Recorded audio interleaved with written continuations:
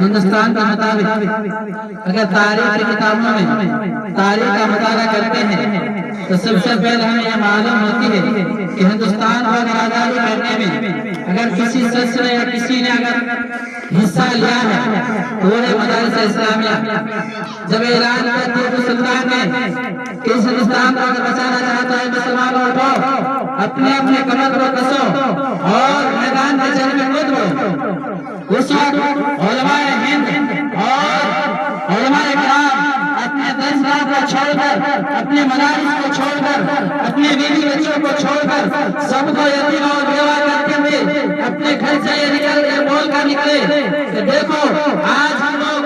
ہم علماء کرام اس ہندوستان کو آزاد کر کے دم لیں گے، کسی کا مائن میں اتنا درد نہیں ہے کہ ہم کو روک سکے۔ یقیناً علماء کرام اگر ٹھان لے اہل حدیث جماعت اگر ٹھان لے تو ہندوستان کو کچھ بھی کر سکتے ہیں۔ آج ہندوستان کے اندر مسلمانوں کو ستایا جا رہا ہے، یہ بولا جا رہا ہے کہ آج مسلمان ہندوستان کے اندر جو مدارس اسلامیہ ہے اس کو جو ہے لوگ کیا کر رہے ہیں، مدارس کو کھول کر رکھے ہیں، ان لوگوں کا کام ہے آتنکواد پھیلانا۔ لیکن میں آپ لوگوں کو بتانا چاہتا ہوں کہ ہندوستان ایک ایسا ملک ہے، مدارس ایک ایسا نظام ہے جس کو ایک کتے کو پانی پلانے پر جنت نظر دیتی ہے، اور اگر آپ یہ کیا کرتے ہیں ایک دوسرے پر دباؤ رکھتے ہیں، یقین جانیے آپ جہنم نصیب کرتے ہیں۔ یہ ہے مدارس، یہ ہے اسلام۔ اگر کوئی مسلمان اگر پریشانی میں ہوتے ہیں اس پریشانی کو دیکھ کر دوسرے مسلمانوں کی پریشانی کو محسوس کرتے ہیں، یقین جانیے یہ مسلمان کا حق ہے۔ ایک مسلمان بچے ہوتے ہیں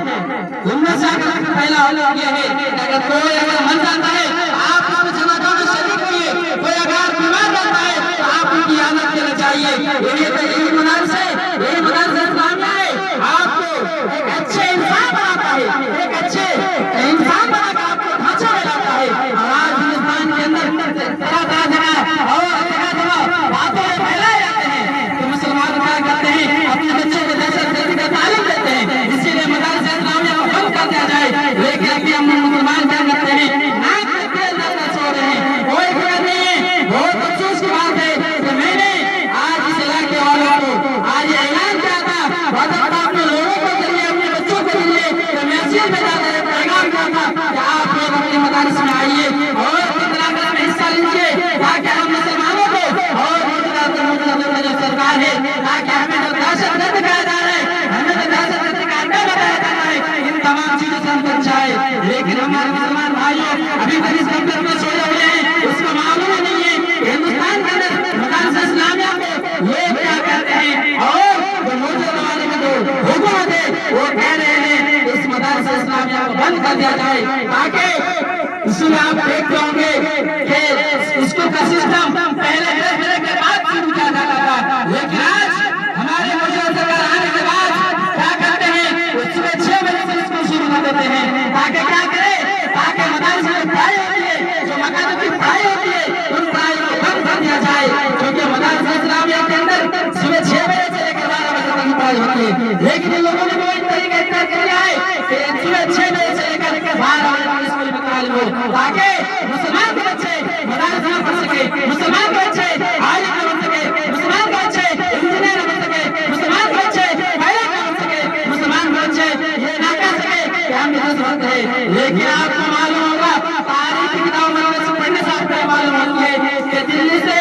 آپ کو کوئی ایسا چاند چوک سے لے کر ہندوستان کی ساری رات تک کوئی ایسا دفتر آپ کو باقی نہیں ملے گا جس میں علماء کرام کی گردنیں لگی ہوئی نہ ہو۔ لیکن افسوس ہے کہ ہم مسلمان آج بھی اپنے دین میں سوئے ہوئے ہیں، اسی لیے ہم تمام مسلمانوں کو چاہیے اس 15 اگست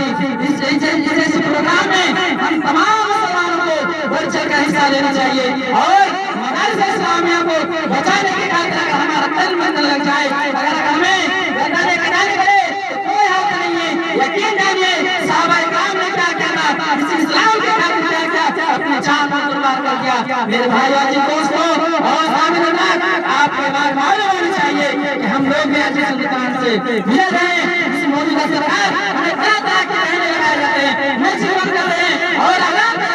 لگائے جاتے ہیں اور کہہ رہے ہیں کہ مدارس کو چلانا ہے تو ایک نیم کے قانون چلانا پڑے گا، آپ کو اسلام کی بات کو بند کرنی پڑے گی، آپ کو قرآن کی تعلیم کو رد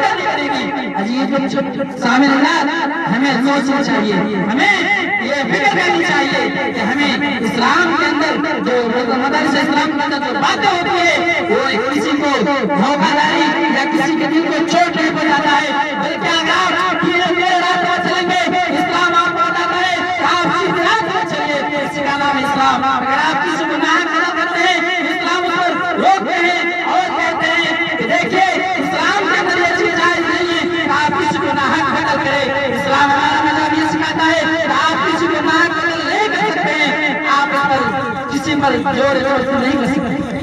اسلام کے اندر یہ ہے، اسلام ایک ایسا مذہب ہے جس کو آپ پڑھیں گے سمجھیں گے یقین جانیے اسلام کے اندر جینے کا طریقہ کچھ مزہ الگ ہے۔ اسی لیے آخر میں اللہ تعالیٰ سے دعا ہوں کہ اللہ تعالیٰ تمام مسلمان بھائیوں کو، امت اسلامیہ کو اور مدارس اسلامیہ کو یہ بڑھ چڑھ کر اس کا حصہ لینا چاہیے اور پروگرام کو ایک اچھے انداز سے منانا چاہیے، ایک اچھے انداز میں اس کو بیان کرنا چاہیے لوگوں کے سامنے، تاکہ لوگ یہ نہ کہیں اور ہمیں یہ نہ سمجھے کہ ہم دیش کے دار ہیں۔ نہیں، ہم لوگ دیش کے دار نہیں ہیں۔ اگر آپ کو دیش کے دار نظر آتے ہیں آپ چلیے ہمارے ساتھ دلی کے سائن بھائی آپ کو دکھاتے ہیں، وہ دھوتی گردنیں لیں گے، کتنی دیر کیسے لیں گے جس میں علماء کرام کی گردنیں لگی ہوئی ہے۔ سامعین حضرات، لیکن ہمارے موجودہ دور کے مسلمان کیا کہہ رہے ہیں کہ یہ لوگ مدارس کے اندر دہشت رکھتا ہے، لیکن ہمیں یہ معلوم نہیں، تعلیم نہیں دیتے ہیں۔ اللہ کے رسول صلی اللہ علیہ وسلم کی حدیث ہے کہ اگر کسی نے چوری کرتا ہے جان بوجھ کر تو اس کا بھی ہاتھ کاٹ دیا جائے، کسی نے اگر کسی پر ظلم کرتا ہے جان بوجھ کر اس پر بھی کیا ہوگی، مار کی سزا دے کر اسے سیدھے راستے پر لایا جائے۔ سامعین حضرات، آخر میں اللہ رب العالمین سے دعا گو کہ اللہ تعالیٰ ہم تمام مسلمان بھائیوں کو بالخصوص امت مسلمان کو اس سلسلے پروگرام میں اور بندہ نس کو ہمیشہ زندہ رکھنے کی توفیق دے تاکہ قیامت تک اس سلسلے پروگرام کو باقی رکھنے کی اللہ تعالیٰ ہمیں توفیق دے، آمین۔ وآخر دعوانا الحمدللہ رب العالمین۔ السلام علیکم ورحمۃ اللہ وبرکاتہ۔